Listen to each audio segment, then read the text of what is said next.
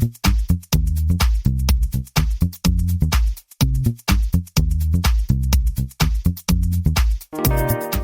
everyone, welcome to the 276th episode of the Internet of Things podcast. This is your host, Stacey Higginbotham, and your co-host, Kevin Toffel. And we have a pretty Google-intensive show for you today. We're going to be talking about the stuff they announced at their Smart Home Summit. We also have news on, from the chip world. ARM's doing some spin-offs. We've got an acquisition by Synaptics, and that about covers the chips. Plus, we have a new feature with Amazon, Madame A, and a security weakness that once again shows us that we're still alive and it's a day that ends in Y. Plus, new codec for video streaming, which could be helpful for all of us who have cameras in our home. We're also going to hear from Vari, who is our sponsor this week, and our guest is Sar Yaskovich, who is a co-founder and CEO at Augury. We're going to be talking about bringing insurance to the industrial IoT world and what Augury is doing in that space. It's a really fascinating topic. I know. You're like, insurance, Stacey, really? But it is going to change the way people think about insuring their businesses and maybe one day their homes. All right. So let's get this started. But first, a message from not a sponsor. That's right. This is a message from me, Stacey, and Kevin with the IoT Podcast. I just want to let everyone know that we're preparing for our July event, and that event is going to be on what it means when everything is connected. That's right. You no longer can build a product today without it having an internet connection, but that changes the nature of the product, how you sell it, and how you talk about it. So we're going to have speakers on July 28th from Honeywell, Intel, OpenPath, and more, talking about what it means from a business perspective and what it means from a technical and building a product perspective. We are still looking for another sponsor or two, so if you are interested in sponsoring this event, reach out to Andrew at stacyoniot.com. And now, let's talk about Google. Kevin, we hung out and watched Michelle Turner, who is a product manager over at Google and a wonderful person, by the way.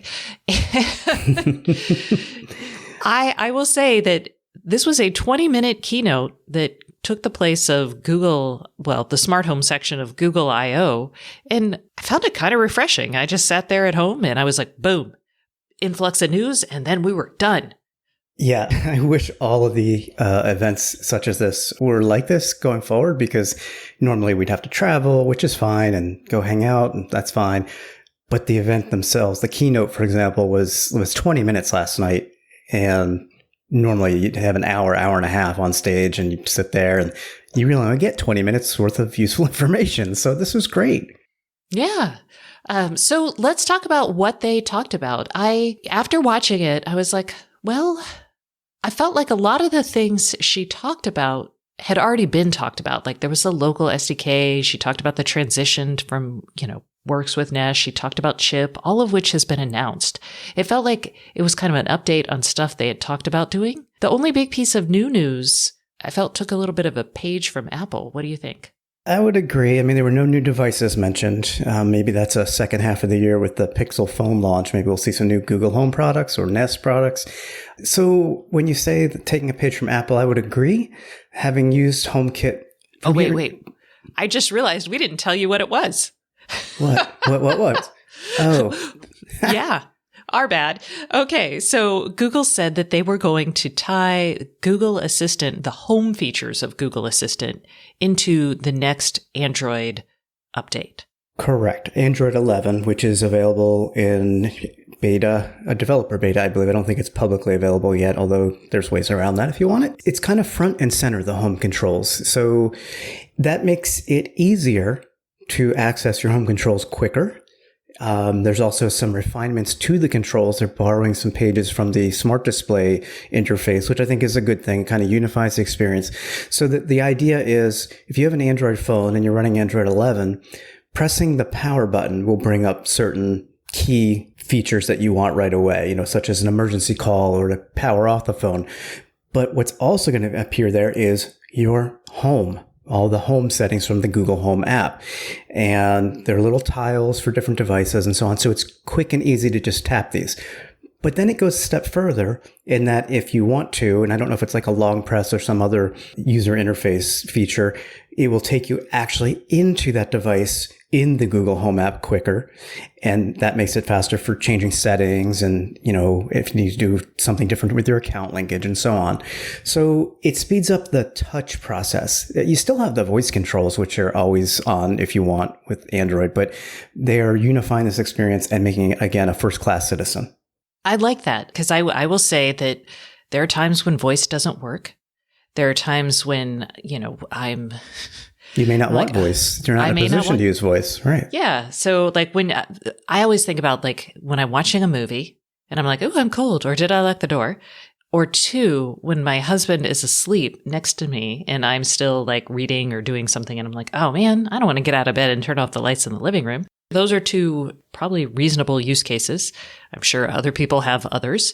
But yeah, so I'm excited about this. And I think also this could be good over time. Once they get this interface down, you could see it on things like maybe, I know we don't use Android Wear, but maybe with the acquisition of Fitbit, we'll see more. So having a easily accessible and maybe more compact way to get to controlling your smart home. Along the lines of these, the developer changes that have to be made. And actually, developers don't have to change anything. This is just baked into Android 11. But Google is pushing for discovery of device linkage and automations.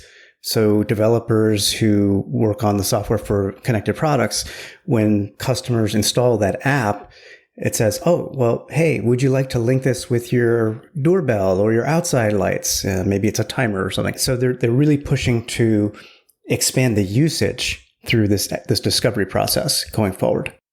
Yes. And I think that's probably essential because everybody wants, I know engagement's an advertising based metric, but you do want people, every smart home company tracks how many times people open the app and how many times people use the product. And that's important to them. And Google actually, I believe last week announced some new developer analytics in a smart home console that shows more detailed stats such as engagement, including metrics saying, what's the latency of your app? So maybe you need to improve it, or how much time is your user spending with that app, so on and so forth. So this is a big push here. Ultimately, that should make life better for us as consumers because you can see that your latency is terrible or that people aren't spending time with your device, which means it probably isn't important to them or it might need improvements. And speaking of latency.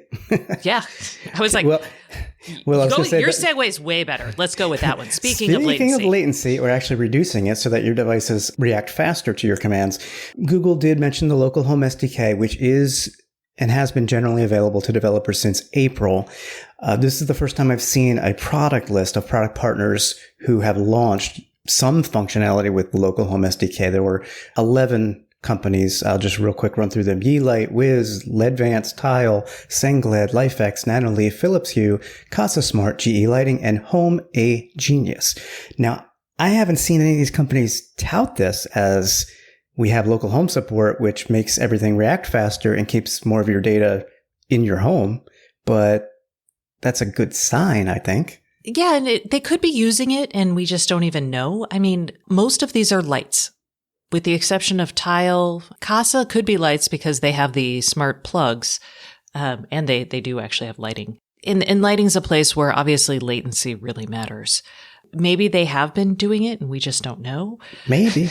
I'd be telling customers about this, though, if I were them. I mean, a lot of people who are in the know and have been using smart homes for years have wanted local control. So you're going to make a lot of people happy if your product supports it and you tell them about it.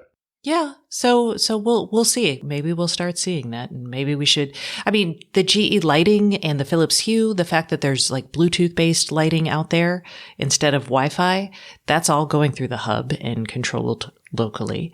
They can reach out to the cloud, but they don't have to. Yeah. So local home, yay, more stuff there.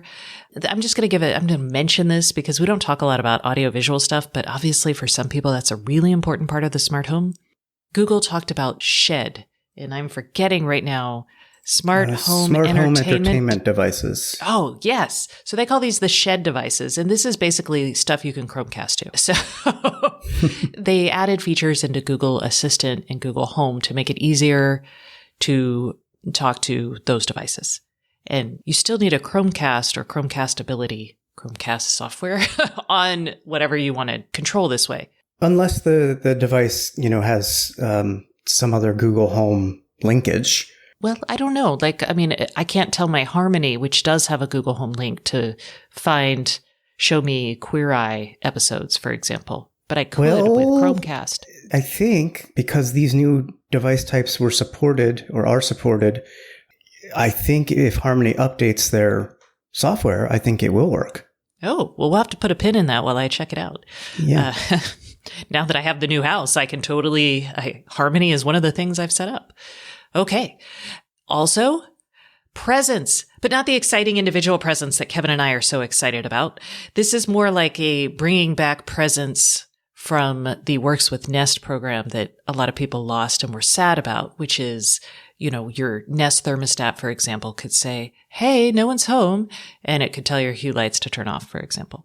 But when Google transferred Works with Nest to Works with Google, they took the ability of the thermostat to talk to things, and they put that in the hub. So then the thermostat had to tell the hub, and then the hub had to tell the lights, and it was... And the APIs changed, so developers had to go through the new Works with Google program, and very few have at this point, or at least that I know of. So, it's been a process. So they're going to launch home and away routines, where it will automatically change temperature, locks, lights, whatever that you want to set up there based on if your home thinks you're home. This is not individual people again. This is just like bodies wandering around your house that presumably are not the dog, and then automating based on that. But that gets us closer to where we want to go with the smart home. So we think it's a good thing. And they clarified and put some, I don't want to say controls. They created a developer console for this device access, which if you're a device owner, you need to do the whole Works with Google thing, and you can integrate with Google Nest through the console. But it's not just for device makers. They still are allowing, to a small degree, individuals to create their own Google Nest integrations where they can go to the console, create the integration, and test. But it's only going to be really for devices that Google has done security audits on and continued assessments in terms of privacy. So it's a small way to let people still have some control. Yeah, I think we called it an appeasement earlier. Yeah. It's a way to appease people who were really frustrated. And there were lots. There were lots of advanced users who were like, Google, you're taking away my ability to create these amazing deep automations. You can still create them, but the devices that you're going to create them with, they have to have gone through this annual security audit, which is actually good for you. Oh, I agree. Absolutely. And even if they do, not every attribute of a device may be available to the routine. So we have to wait and see the details on how this is implemented because it hasn't really rolled out yet. The console, you can sign up for information in the future on it if you're interested. And I have a link in a post on that. So you can check that out. Sign on up. All right. And they mentioned chip, and it was brief, and it was perfunctory, and it was basically saying that, yeah, it's going to happen. The certification for chip, which is the Connected Home over IP effort, which is basically the one standard for the smart home with Apple, Google, Samsung, Amazon all participating. Basically, yeah, they're still working on it. It's still going to be out before the end of this year, and that's all we know. And by out before the end of this year, you're really talking about the first release of a standard, I assume, not actual devices using it, right? Yeah, the cert. They think devices will be out in 2021. I think they're crazy, but we'll see. We'll see. Okay, that's kind of most of the Google news. What else do we want to talk about from Google? So we mentioned the shed stuff, which they touched upon last night in the summit briefly. There's also some news about the Google Home app eventually supporting and integrating with Nest Protect, because right now it's kind of limited, I think, because the whole Works with Nest bit was broken. Yeah. So you don't have like cross-device integrations and that's going to change. So 9 to 5 Google caught wind of this, and it's coming. That's all that was said, is in the coming months, a timeline will be provided for Nest Protect to appear in the Google Home app and work with other devices. So this is, again, part of the whole routines bit with home away and such. So it's a good thing, but it's not here yet. I would also say, so after the Michelle Turner keynote, they did a presentation or a panel conversation with some smart home partners. Vizio, IKEA, Tuya, and LG were the participants. And there wasn't a lot there, but there was one little tidbit that I thought I'd share with everyone just because I'm living it in my own life. The IKEA person talked about the usage trends they are seeing in smart homes. And if you're not aware, IKEA did their launch of the trod-free lights because they wanted to make it easier for people to dim their lights. They didn't actually want to do a smart product. They were just like, people really want to dim their lights, and that's hard. Let's solve that for them. What they found, though, after they put them out there, is adults tend to prefer warm lights and kids prefer the cooler daylight colors. And I totally see this. My daughter, we just installed some lights in her room, and I was like, surely she'll want like the 2700 or maybe 3000 Kelvin. Is it Kelvin? The color temperature? It is. Yeah, it is. So color temperature lights, because that's what I prefer. Why wouldn't she? But no, she went all the way up to, I think she wanted 5,000, but we compromised at 4,500. And oh my gosh, her room is like, bam.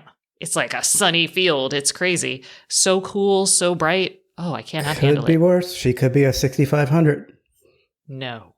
Not in my house. Not in my house. So I just thought that was interesting. I wanted to share that with y'all in case everyone, in case you're listening and you're like, oh my God, me too. I prefer the warmer colors in the mornings and the evenings, but during the day, I'd rather have the daylight. Okay, well. That's just me personally. She's just daylight all the time.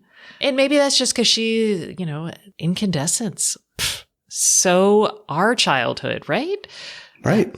Who knows? All right, let's talk about chips. Speaking of LEDs, they're a chip, sure.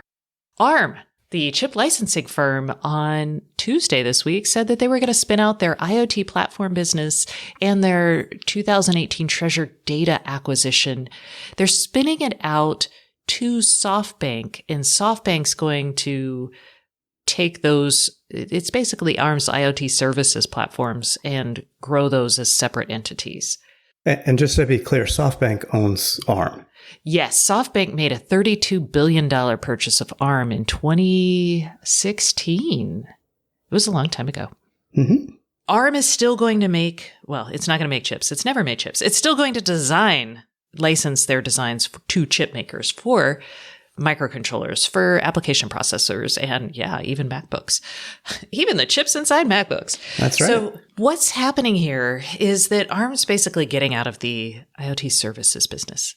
And this makes sense because I said in a story that I wrote that ARM saw where the IoT was headed, and it knew what its customers needed, and it tried to deliver it, but it just wasn't in a position to do so because it couldn't offer a cloud service that could compete with like the likes of Amazon or Microsoft, right? And its Pelion business, which is part of the Treasure Data acquisition, is a device management cloud for IoT and a connectivity cloud. And it has a lot of happy customers. But ultimately, I think the focus on IP licensing to chip vendors is hurting it because the chip vendors don't want to kind of compete with ARM to do these deals to link their chips to the cloud, right? They want to link to AWS and Microsoft and everybody else. They want more choice. And, I'm sure they didn't feel obligated to use ARM's device management services, but it's like... No one did. That was the problem. Yeah, you're right. That is the problem. And to me, it was almost like ARM, which does license the IP and architecture of chips it designs to all the companies who then customize and or fabricate them. It would be like ARM making its own chips as well and competing with its licensees, and nobody would want that either. So to me, it's a similar situation, slightly different, but similar. Yeah. So basically, ARM saw where the market was going and it tried to meet it, and the market was like, no thanks. Not interested. Stay in your lane. So that's what ARM's doing. So this is not a terrible thing. It's just a a thing. Okay. In other chip news, Synaptics has purchased Broadcom's wireless IoT connectivity business for $250 million. Synaptics is probably not a household name, but they make haptic chips. They do a lot of silicon on the user interface side. So getting your devices to communicate back to you in some sort of way. And having the IoT connectivity side just makes it easier for them to build modules for things. There's a lot of reshuffling happening right now and over the last few years in the chip space as they adapt to the IoT market. So this isn't, this is just a thing. All right. Let's talk about Madam A. Let's talk about Madam A. Huge news. I'm being sarcastic. Huge news. The newest Amazon Madam A app for iOS and Android allows for using Madam A hands-free. So I first saw that. I'm like, oh, it's kind of like always listening, like does on Android for Google or the S on iOS, but not quite. You still have to have the app open. So it's not always listening unless you have the app open. So to me, it's like, how is that hands-free? We didn't talk about this, but we should. This is a good point, actually. So Google has a handset. And you see their news yesterday talking about bringing Google Assistant to the handset. Apple, same thing. Amazon doesn't have a handset. It has an app. And I'm very curious how that's going to help or hurt Amazon going forward as we see that we need to talk to the smart home in several different ways. Well, we've already seen how it impacts Amazon in that just a week or two ago, I reviewed the Amazon Echo frames. What is the main compelling reason to have them? You then have it always listening for Madam A wearable. So all of their devices have these always listening features, but none of them can be phones, obviously, because they don't have a phone. So they're scrambling to find out what, if anything, will work on the go, because in the home, they're fine. They've got the Echo devices. But when you're not at home or not at work, in between, how do you quickly, by voice, ask Madam A question? Yeah, and it's hard. So we'll see how that works. I'm getting not less enamored, but just I think I'm turning more towards Google, partially because I can do more things and I've got it in more places. So we'll see. It's easy to access because you have an Android phone. You can enable the always listening feature, for example. Yeah. Plus, I don't know what it is, if it's my phone or if it's the app, but man, every time I open the Madam A app on my phone, it takes forever. Everything takes forever to load. It drives me nuts. Anyway. All right. Let's get some bad news on the security front. This is interesting. I never thought about it, but it makes sense. There's been some research done on the data being sent to the cloud from home security cameras. And theoretically, if a potential burglar wants to know if you're home or not, and they're able to access how much data, not what kind of data, just how much data your home is sending to the cloud at any given time, they can tell with some pretty good certainty that maybe you're home and maybe you're not. Because if you're not home, nothing's moving in the house, there's no video stream. There's no data going up to the cloud. And if they can see that, they're like, hey, they're probably not home. Yeah, never thought of that. Yeah, I actually thought about it the other way. It's like, surely when you turn them on, they can see that now there's data flowing. So now they know you're not home. But it's the opposite in this case. Right. And this is actually a good reason to have local storage. It's a main reason when I'm looking at security cameras, I look first for, do they have local storage? I never thought of this particular reason, but it adds to my list of reasons to have local. Although if someone robs your house, they just take your camera with them and then poof. But at least I get to see them. I don't know. No, I mean, if it's local and they take the camera, they've taken your... Oh, you're talking about on a hub. Okay. Well, think about it this way, though. If it's local, there's no data being streamed up. So right. But if someone comes in, they're like, I don't... They come in and say, oh, you are home. Oops. Oh, dear. All right. And speaking of video, we have a new codec that could make streaming in 4K less intense. So cut the data rates in half. This is, I can never say this company's name. It's the German... Fraunhofer, German licensing IP organization. And it's the H.266 codec? It is, because we started with H.264, moved to 265, and it just makes sense to have the next one be 266. And to be honest, the news everybody's talking about is how this is going to impact your bandwidth when watching 4K video at home. You'll use half the bandwidth, which is great because there are a lot of people still that have bandwidth caps at the house. And Boo, even for bandwidth caps. Boo, I agree. And for mobile, it helps as well. But I looked at this and I'm like, are you streaming 4K on your tiny mobile? Why? There are a few 4K display smartphones out there, very few, but there are many 1440p, and that's in between 1080p and 4K. So yeah, that's the trend. Okay.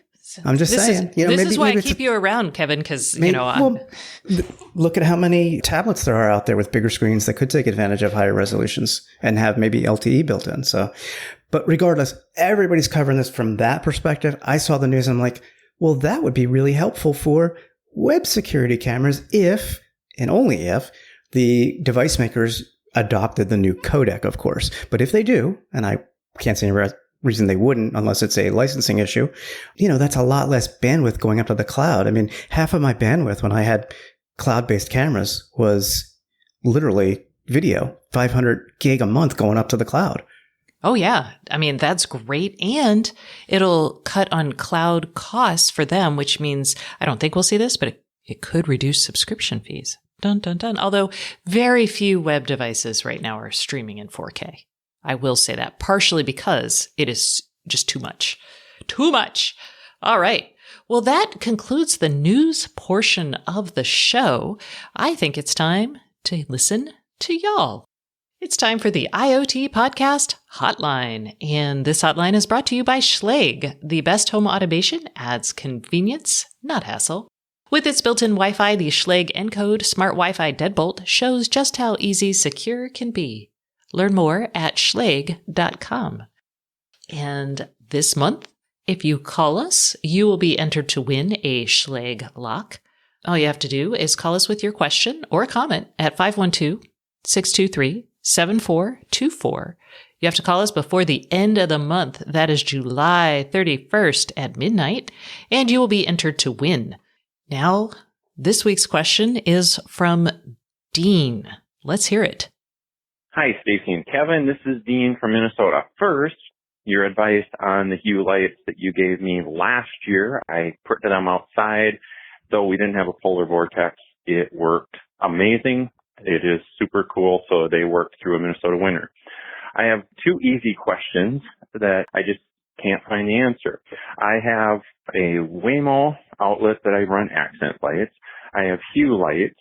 And I like them to come on at sunset and turn off at a certain period of time. However, when I was trying to show my wife this process, she was kind of frustrated because the Waymo lights turned on at sunset on the Waymo app because I couldn't get it to work with Hue lights. And then the Hue lights, they turn on at sunset with their app.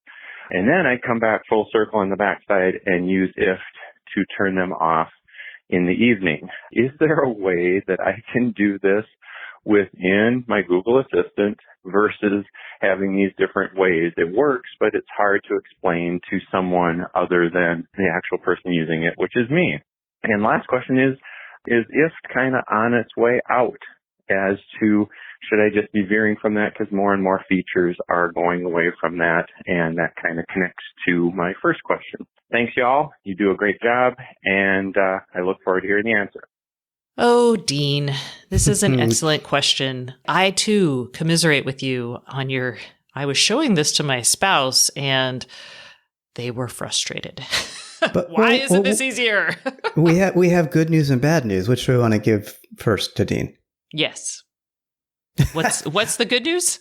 No, let's go to the bad news because it really does answer his question directly, but then we've got good news as well. So the bad news is that currently Google routines cannot be set or customized for sunset or sunrise. You can create a Google routine for a specific time. You can then have multiple devices react to that time. So turn on lights could be your command in the routine, and then you would choose which lights. So you would choose your Philips Hue and your Wemo. Exactly. So you could do it that way if you want a specific time. However, the good news is Do you want to share it? No, because I don't think it's good news. I think it's a pain in the butt, but go ahead. Well, all right. If you want to do this, you can do it, but not through Google Home. You would have to use if this, then that. So IFTTT.com. I would recommend using Weather Underground, which captures sunset and sunrise times in your specific neighborhood as your trigger event. So that's the this. If it's sunset where I live, you would do it then turn on Philips Hue. And use the same app. So use Weather Underground for both, so you get the same time. I was just going to say, for both, you have to do this twice. You have to set up 2 recipes, and because you can't have 2 devices turned on or activated or whatever you want to do through an if this then that recipe. So yes, almost identical recipes, just one with your Hue, one with your Wemo, based on Weather Underground, sunset, and or sunrise, whatever you'd like. And then you'll want to also somehow, unless you just don't care, you also want to do something to turn them off at a certain time. Personally, right. I turn mine on, but I leave it to me to turn them off because there's no set habit in our house for going to bed. I actually use the built-in routine for Google Home. That's good Go night. To sleep? Oh, yeah. Yeah. And you can set that to turn all of your lights off, for example, or certain ones. I just, depending on when I go to bed, I'm always the last one to go to bed. I say it in my office, and then I walk to my bedroom, and by the time I get there, every light in the house is off. There you go. So, Dean, you can turn them off through the hub, but you cannot turn them on yet. And I will say, shame on you, Google. This is a basic functionality. We've had this for like a decade in some of the like X10 and Insteon and those kind of old school things. And we've even had it for a while. I remember being excited when Wink added it and when SmartThings added it, but that was like, we were still using Wink so long ago. Several years ago. Yeah. If you have a true smart home hub, not a Google Home, for example, or you could do it with the hub, but I'm presuming you don't have one. You just want to do it through Google, and that's fine. But this also shows where Google needs to step it up in terms of its devices acting more like a hub that you have more control over your devices. And can I just say, I wish we had the sound of a bell so we could do the whole shame thing from Game of Thrones. Ah, yes.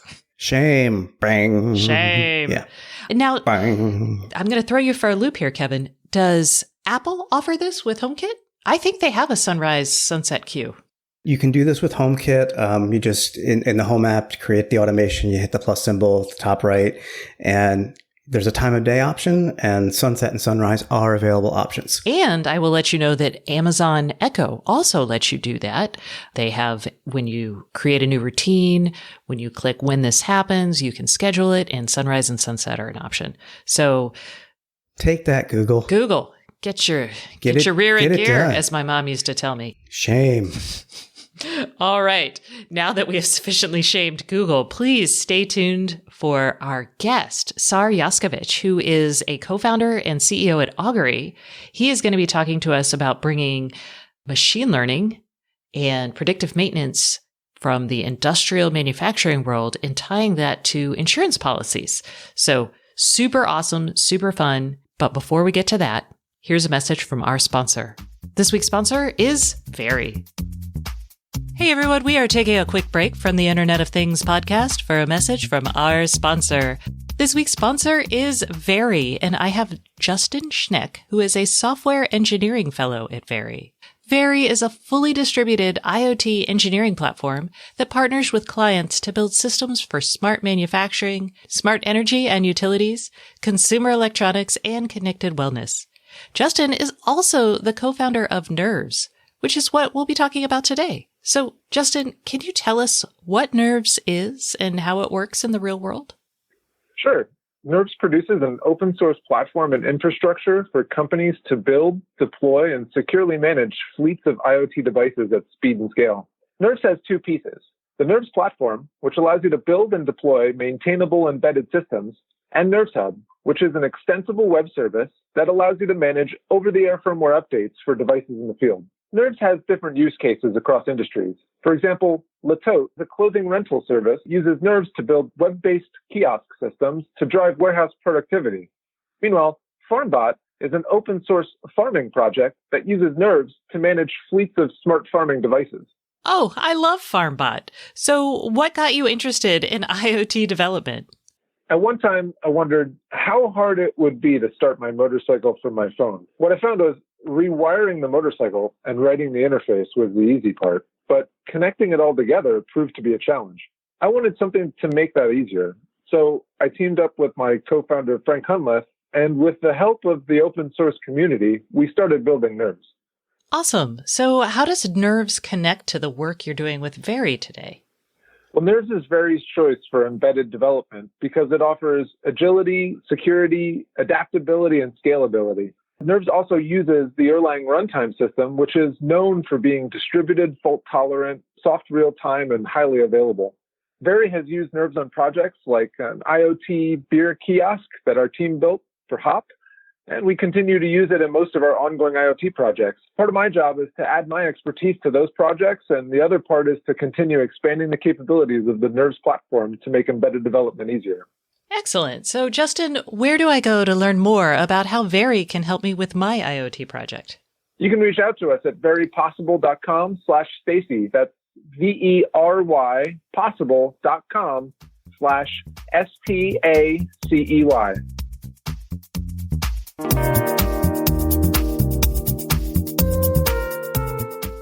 Hey everyone, welcome back to the Internet of Things podcast. This is your host, Stacey Higginbotham, and today's guest is Sar Yaskovich, who is CEO and co-founder of Augury. Hello, Sar. How are you today? I'm doing great. Thanks for having me. Oh, I am super excited. We talked to you, 3 years ago when the company was coming out with your vibration sensor. So let's just get a quick update. Let's tell everybody what Augury does and how you've been for the last 3 years. Perfect. Well, as you can imagine, a lot has changed in the world in the last 3 years, let alone the last 3 months. What we do in Augury, we're a digital machine health company. And what that means is that we work with the largest manufacturers out there.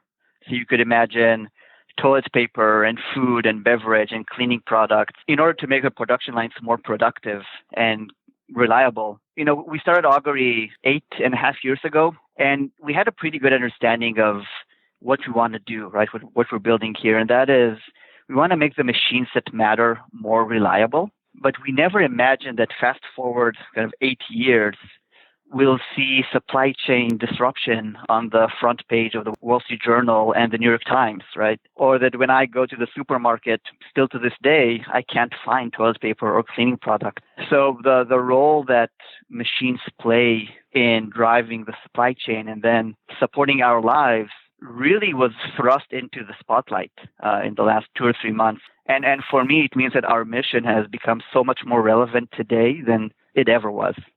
I agree. And as someone who also cannot find toilet paper, or at least not easily, I appreciate the efforts that you're making here. So your sensor measures the health of machines. The sensor lives on the machine. You're running an algorithm, or probably several algorithms, that tracks the sound of the motor, how it's working, that sort of thing, correct? Correct. So we at Augury, we are a full stack company. That means we have our own hardware. We control the connectivity, we run the diagnostics, the algorithms, and then we also provide professional services and consultancy to our customers. Our hardware contains multiple types of sensing technologies. We have vibration, as you mentioned. We also have temperature. We have a magnetic sensor that measures the magnetic emissions from a motor. So that enables us to detect both mechanical issues as well as electrical issues in the motors and drives.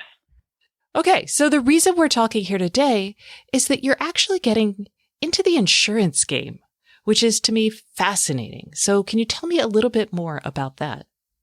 Sure. So when we started, again, going back 6-7 years ago, and we thought, what is the impact? Like, what are we doing here? Originally, we started in the maintenance realm, right? So predictive maintenance, we can detect malfunctions, we can help you avoid critical failures. But if you continue kind of extrapolate that thinking 1 or 2 steps ahead and you start asking the questions, if I can detect 90-95% of all malfunctions and help avoid those critical breakdowns, why does the customer need to even buy insurance? What role will insurance play in this kind of new world? And it was clear for us that we're moving from a maintenance tool to a risk management solution. So we reached out to Hartford Steam Boiler, which was today it's part of Munich Re, which is the largest reinsurance company in the world.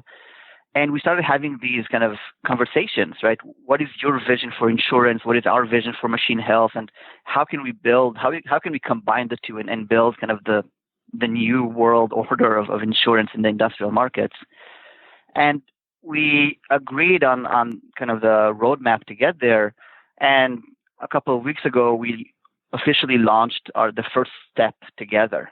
And that is what we call guarantee diagnostics, where if Augury says that your machine is in an acceptable working condition, and for whatever reason it fails, we will pay for the replacement cost, both the parts and the labor. So this model is something that we've actually seen in the consumer space. We've seen companies like some of the video doorbell companies say, hey, if you were robbed, we will refund your premium and your deductible. So this is kind of in those lines. What I think is more interesting is when we get to this idea that you don't need insurance, or rather, you are the insurance. And I'm curious, how far do you think you can take this?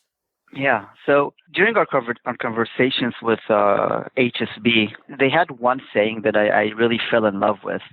And they said, it is our moral responsibility, right, as an insurance company, to drive forward the market and the industry, right? Now, what do they mean by that? They mean that if the insurance company, through different incentives, could get people to put fire alarms, or smoke alarms rather, and they could put leak detectors in order to not just have a better financial model, but to actually reduce the risk of disaster happening, right? It is their moral responsibility to do so. And very similarly in our market, if they can make the industrial manufacturing market more productive, more energy efficient, and all the kind of the good things that happen as even a byproduct of machine health, it is their responsibility and ours as well. And from a business model perspective, at first glance, we're not really changing anything. Augury has always been a diagnostics as a service provider, which means that even though we do have hardware in the mix, we don't charge for the hardware. We only charge for the ongoing diagnostic services that we provide to our customers. And we're now introducing this guarantee free of any charge to our basic level of service level agreement. Now, going forward, this is just the first step. The next step for us, together with Munich Re and HSB, is to get to uptime assurance, where we not only guarantee that your machine will not fail and we will pay the cost of replacement, we can also guarantee the lost uptime. So if you manufacture bottles for Coca-Cola as an example, and due to a specific failure, you lost $50,000 worth of product, then we will also guarantee the uptime, not just the cost of the equipment that has failed. And to me, that is really the holy grail for the whole industry. Now, one of the issues I have here is insurance historically is based on pooled risk from actuarial models that have just reams of data, right? And when you start pulling in data from an individual machine or an individual company, and you have that level of insight and accuracy, it feels like it destroys the pooled risk model. So it really changes the nature of how insurance works. Or am I just oversimplifying things? I think you're spot on. I think that technology today is definitely not where it was in 1842, and that was when HSB was founded, right? So the world has changed, but the insurance model hasn't really caught up with it. And now, through different measures of IoT and AI, artificial intelligence, you can really rethink the model. What we've been doing in the last 3 years, working hand in hand very closely, we had our data science team working with the HSB also data team, right, the statistics team and whatnot. We have over 70,000 machines that we've diagnosed. We have over 80 million hours of continuously monitored machines that we collected. And we've gathered enough data and enough results to provide the confidence for HSB to kind of back our model. Got it. That's good, but it almost feels like, why is HSB there? Like going forward, isn't this something you guys could do yourselves? There's, I guess, the 10% of times where you may not predict a failure. Yeah, so the question is, what is insurance for? And I think that is a really big and good question to ask, right? It's worth mentioning that our joint vision, right, for us and Munich Re is not to end here, right? It's to get to usage-based insurance, where instead of having a fixed annual premium, you can adjust it on the fly based on the actual condition, on the actual risk that is embodied in one specific machine, right? So we're on that journey with them, right? Now, in the future, you could still ask, why do we even need insurance? The role of the insurance company will evolve over time from being a risk carrier to being a consultant for different technologies that can help you better manage that risk. Oh, that's interesting. So instead of me going to them and saying, I have the following things, they look at their charts and they're like, okay, it'll cost this much. Instead, what will my interaction be with a company like Munich Re? So let's take the smart home as an example. If you rent an apartment or own a house, today you purchase an insurance policy that includes fire, earthquakes, floods, and whatnot, right?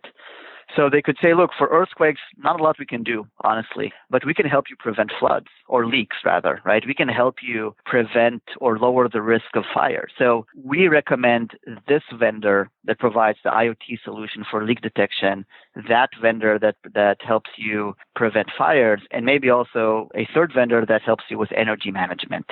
Okay, that's interesting. Should I expect to see companies like yours seek to align with an insurance firm? Are they going to have a variety of your competitors? Are they going to be like a truly neutral kind of systems integrator here? And systems integrator actually implies a lot of technical expertise. So I'm curious if they'd take on that role as well.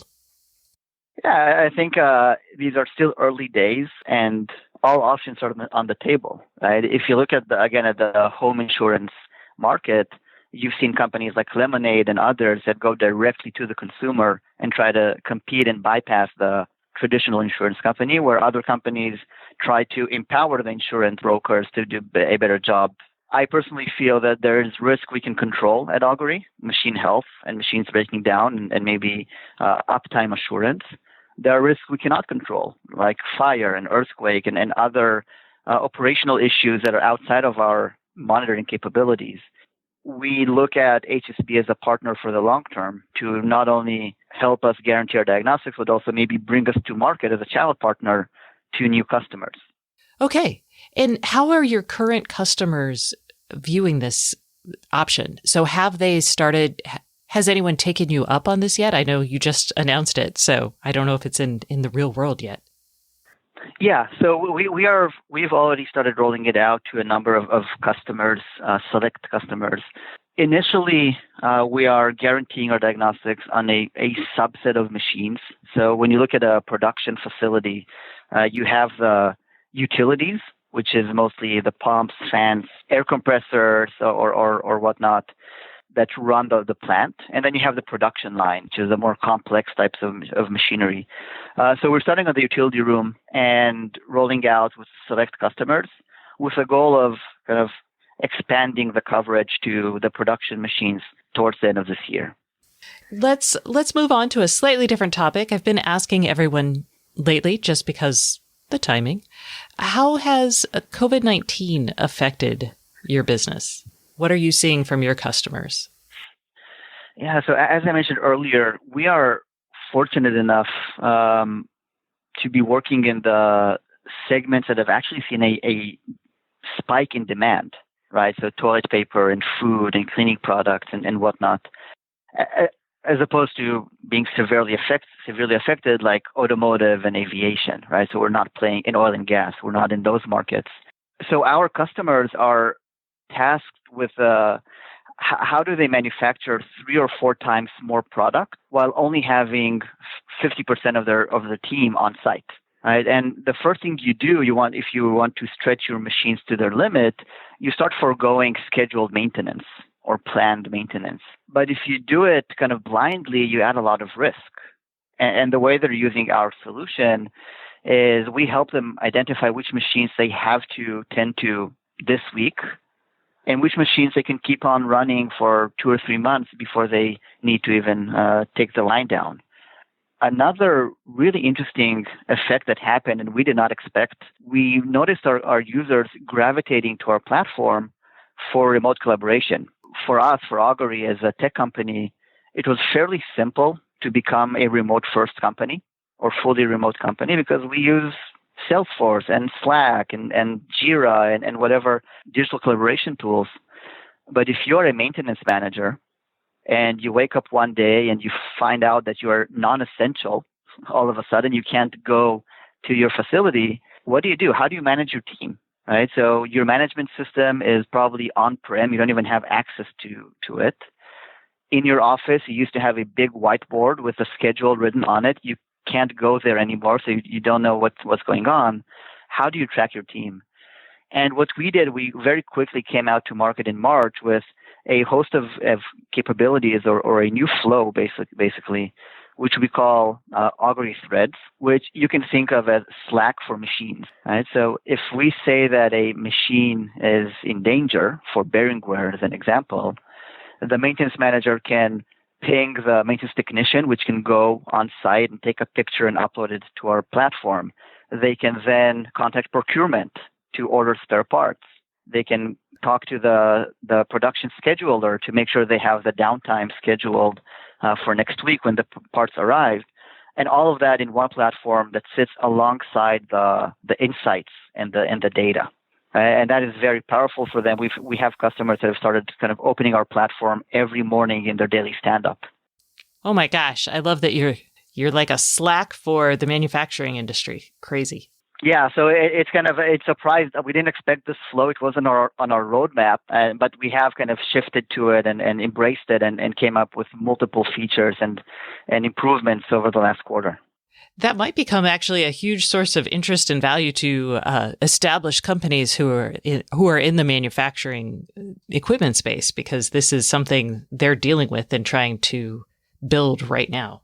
I just want to ask you this because you mentioned like foregoing maintenance and that sort of thing. And one thing I feel like the pandemic has taught us is that we don't necessarily have a lot of slack in our economy, both in production, even in finance in a lot of ways. We have really optimized for efficiency to the point when something really bizarre or new happens, we're kind of caught very flat-footed.